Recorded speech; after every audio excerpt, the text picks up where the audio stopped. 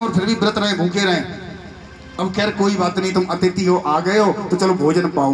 बड़े प्रेम से इसने भोजन पवाया और जैसे ही प्रभु जाने लगे तो इसने पुकार, रुको, ये बताओ अगली एकादशी को हम बुलाएंगे तो एक बार में आ जाना पहली बात तो, और ये बताकर जाओ तुम्हारा में भरोसा नहीं है, हमने एक को बुलाया, तुम्हें शर्म ही नहीं है, बिना निमंत्रण के तुम माता जी को ले आए, हमने तुम्हें अकेला निमंत्रण दिया, तुम सपरिवार आ गए, शर्म होनी चाहिए कि नहीं होनी चाहिए? ये बताओ अगली एकादशी को कितने लोग आओगे?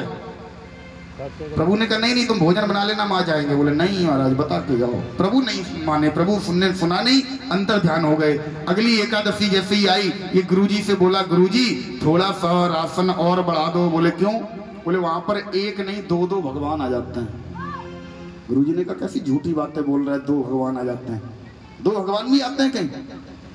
गुरुजी ने सोचा हो सकता है बेचारा भूखा रह गया, वो थोड़ा बढ़ा दो, बढ़वा दिया, आ गया भोजन। जैसे ही महाराज इसने बना के एकादशी के दिन तैयार किया और जैसे ही आवाज लगाई कि सीताराम आइए, राजा राम आइए, मेरे भोजन का भोग लगाइए। सीताराम आइए, राजा राम आइए, मेरे भोजन का भोग लगाइए। सीताराम आइए, राजा राम आइए, मेरे भोजन का भोग लगाइए। सीताराम आइए, राजा राम आइए, मेरे भोजन का भोग लगाइए। जैसे ही आवाज लगाई, पहले आवाज क्या लगाई थी? राजा राम आइए, तब दो आए। तो इस बार इसने सोचा हम पहले से ही निमंत्रण कर दें, तुरंत बोला सीताराम आइए, पहले से ही निमंत्रण किया। जैसे ही इस बार निमंत्रण किया तो क्यों राम जी पता है अकेले नहीं आए, साथ में भरत भैया और साथ में भरत भैया को भी लिया। जैसे ही इसने देखा, इसने कहा प्रभु ये बताओ तुम दोनों को तो पहचान गए, ये कौन है? इसने कहा मान गए प्रभु, एक को बुलाते हैं दो आते हो, दो को बुलाते हैं तीन आते हो, तुम्हें लाज शर्म मर्यादा नहीं है तो हमारी हर बार एकादशी करवाते हो। इसने कहा प्रभु देखो इस बार तुम आ गए, लेकिन अगली बार ध्यान रखना, अच्छा नहीं होगा अगर तुम बिना बुलाए किसी को भी साथ में लाए। हम बहुत उल्टी खोपड़ी के भक्त हैं। प्रभु ने कहा नहीं तुम तो बस बुला लेना, हम आ जाएंगे, अब ज्यादा नहीं आएंगे, वैसे ही आएंगे। बोले ठीक है। भोजन हुआ। भोजन को पाकर जो कुछ बचा खुचा रूखा फूका इसके पास रहा, इसने पाया, ये गया तुरंत कहां? गुरुजी के पास। गुरुजी से बोला गुरुजी आपके भगवान की बात का भरोसा नहीं है। बोले क्यों? बोले एक को बुलाओ दो आते हैं, दो को बुलाओ तीन आते हैं।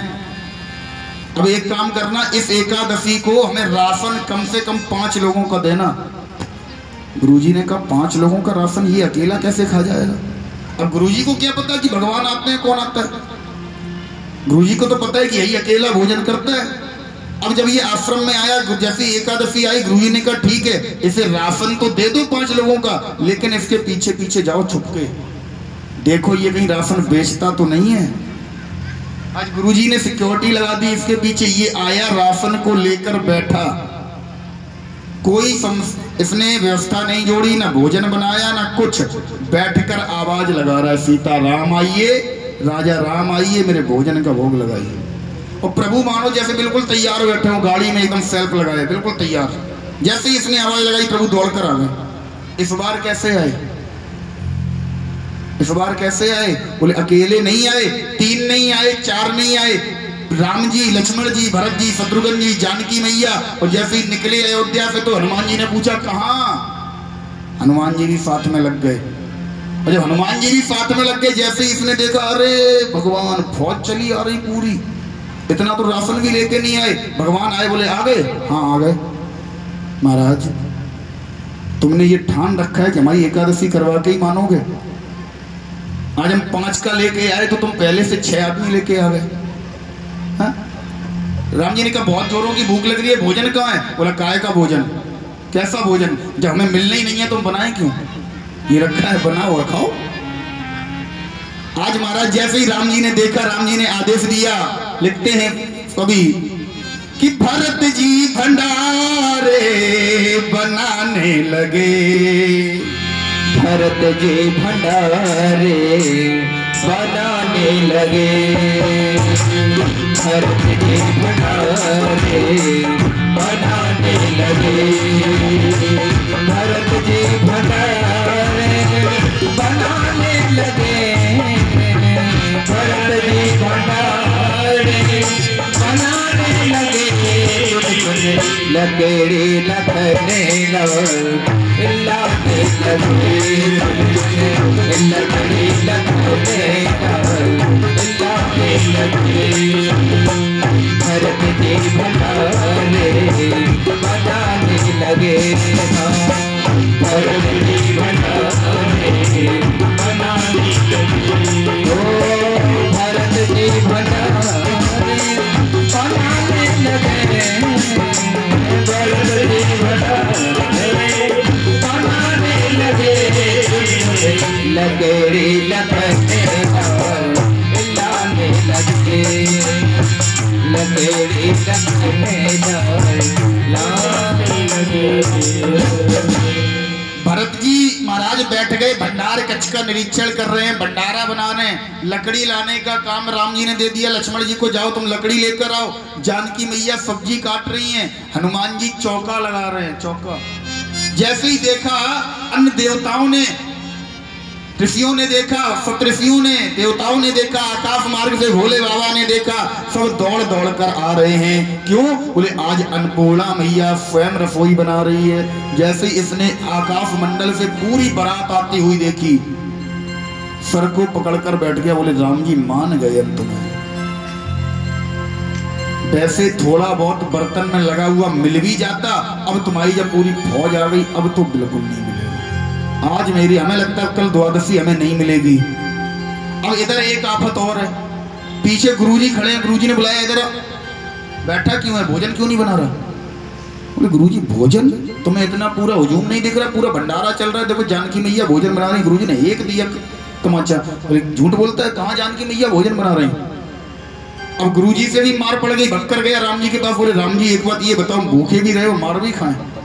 बोले क्यों? बोले गुरुजी मार रहे हैं कि राशन रखा है, तू भोजन क्यों नहीं बना रहा?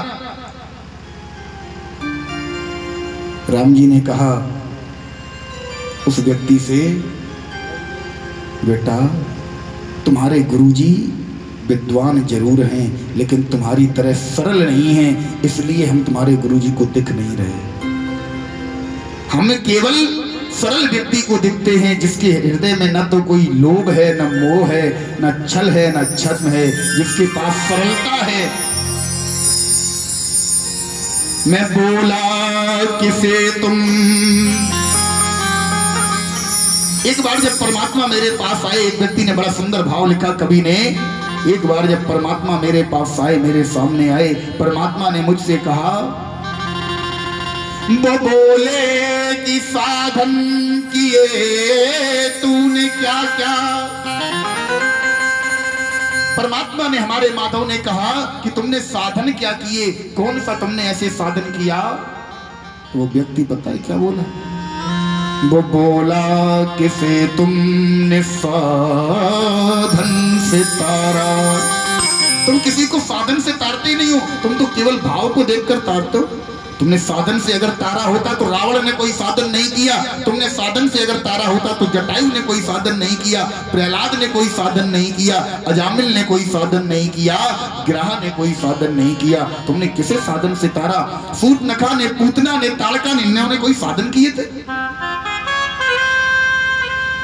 किसे तुमने किसी को साधन से नहीं तारा, बस तुम तो केवल जिसे तारना चाहते हो उसे तार देते हो, चाहे उसके हृदय में भाव हो या कुभाव हो। जा पर कृपा राम के होई, ता पर कृपा करे सब कोई। अब ध्रुव जी महाराज का, प्रभु ने ध्रुव जी महाराज को दर्शन दिए, उद्धार प्रभु जी ने ध्रुव जी महाराज को सर्वश्रेष्ठ स्थान इस जगत में प्रदान किया। आइए 2 मिनट इस परमात्मा का गुणगान।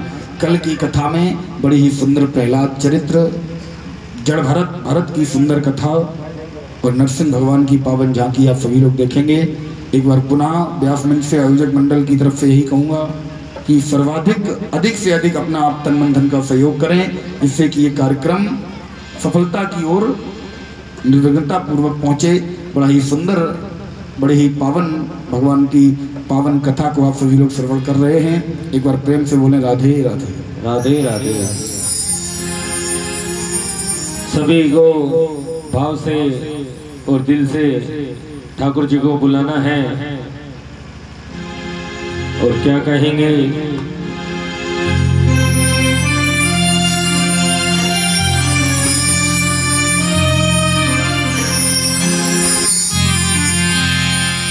वृंदावन